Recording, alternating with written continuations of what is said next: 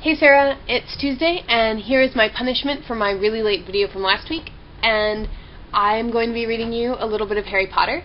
This is one of my favorite scenes. This is from the 5th book, and it's from the middle of chapter 21. So this doesn't belong to me. This is all J.K. Rowling, no copyright infringement or anything, YouTube, I promise. This is for entertainment's sake. And here we go.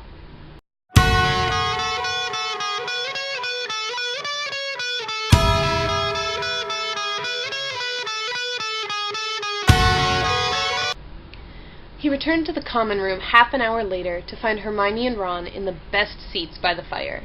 Nearly everybody else had gone to bed. Hermione was writing a very long letter. She had already filled half a roll of parchment, which was dangling from the edge of the table. Ron was lying on the hearthrug, trying to finish his Transfiguration homework. "What kept you?" he asked, as Harry sank into the armchair next to Hermione's. Harry didn't answer. He was in a state of shock. Half of him wanted to tell Ron and Hermione what had just happened, but the other half wanted to take the secret with him to the grave. "Are you all right, Harry?" Hermione asked, peering at him over the tip of her quill. Harry gave a half-hearted shrug. In truth, he didn't know whether he was all right or not. "What's up?" said Ron, hoisting himself onto his elbow to get a clearer view of Harry. "What's happened?" Harry didn't quite know how to set about telling them, and still wasn't sure whether or not he wanted to.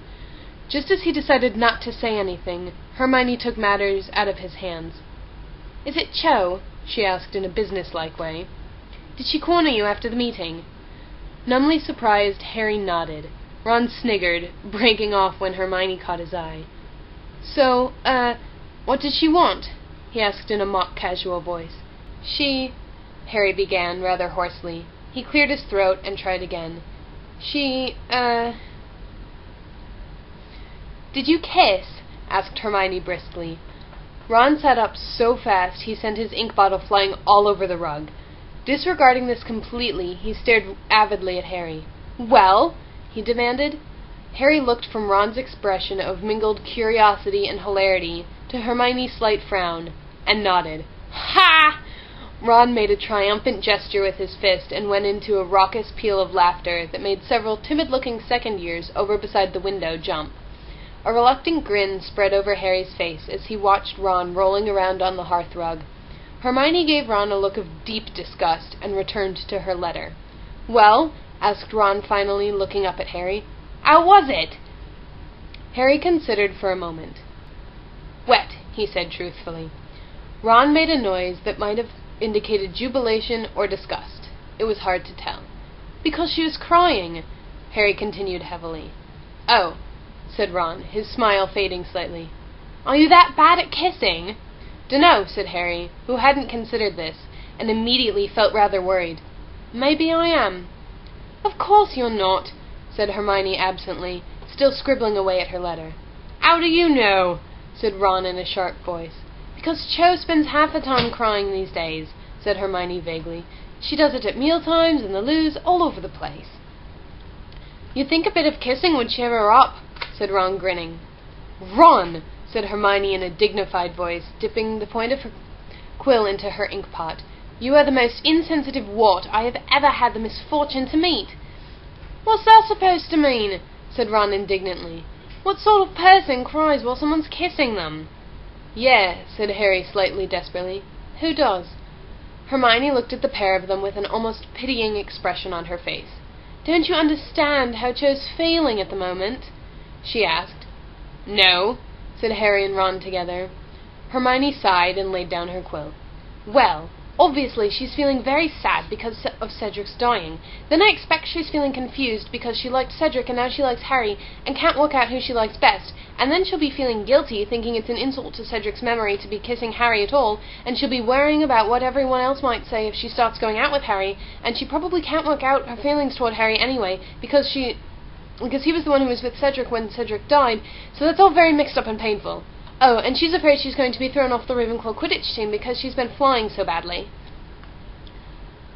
A slightly stunned silence greeted the end of this speech. Then Ron said, "One person can't feel all that at once. They'd explode." "Just because you've got the emotional range of a teaspoon doesn't mean we all have," said Hermione nastily, picking up her quill again. She's the one who started it, said Harry. I wouldn't have. She just sort of came at me. And next thing she's crying all over me. I didn't know what to do. Don't worry, mate, said Ron, looking alarmed at the very thought. You just had to be nice to her, said Hermione, looking up anxiously. You were, weren't you? Well, said Harry, an unpleasant heat creeping up his face. I sort of patted her on the back, a bit. Hermione looked as though she was restraining herself from rolling her eyes with extreme difficulty. Well, I suppose it could have been worse, she said. Are you going to see her again? I'll have to, won't I? Said Harry. We've got DA meetings, haven't we? You know what I mean, said Hermione impatiently. Harry said nothing. Hermione's words opened up a whole new vista of frightening possibilities. He tried to imagine going somewhere with Cho. Hogsmeade, perhaps. Or being alone with her for hours at a time. Of course, she would have been expecting him to ask her out after what had just happened. The thought made his stomach clench painfully. Oh well, said Hermione distantly, buried in her letter once more. You'll have plenty of opportunities to ask her. What if he doesn't want to ask her? Said Ron, who had been watching Harry with an unusually shrewd expression on his face. Don't be silly, Hermione said vaguely. Harry's liked her for ages, haven't you, Harry? He did not answer. Yes, he had liked Cho for ages, but whenever he imagined a scene involving the two of them, he had always featured a Cho who had been enjoying herself, as opposed to a Cho who was sobbing uncontrollably on his shoulder. Who have you been writing a novel to, anyway? Ron asked Hermione, trying to read a bit of parchment now trailing on the floor. Hermione hitched it up out of sight. Victor. Crumb? How many other Victors do we know? Ron said nothing, but looked disgruntled. They sat in silence for another 20 minutes. Ron finished his Transfiguration essay with many snorts of impatience and crossings out, Hermione writing steadily to the very end of the parchment, rolling it up carefully and sealing it, and Harry staring into the fire, wishing more than anything that Sirius's head would appear there and give him some advice about girls. But the fire merely crackled lower and lower, until the red-hot embers crumbled into ash, and, looking around, Harry saw that they were, yet again, the last in the common room.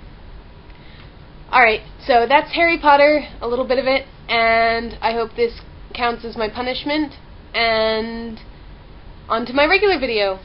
Ta-da! Yay!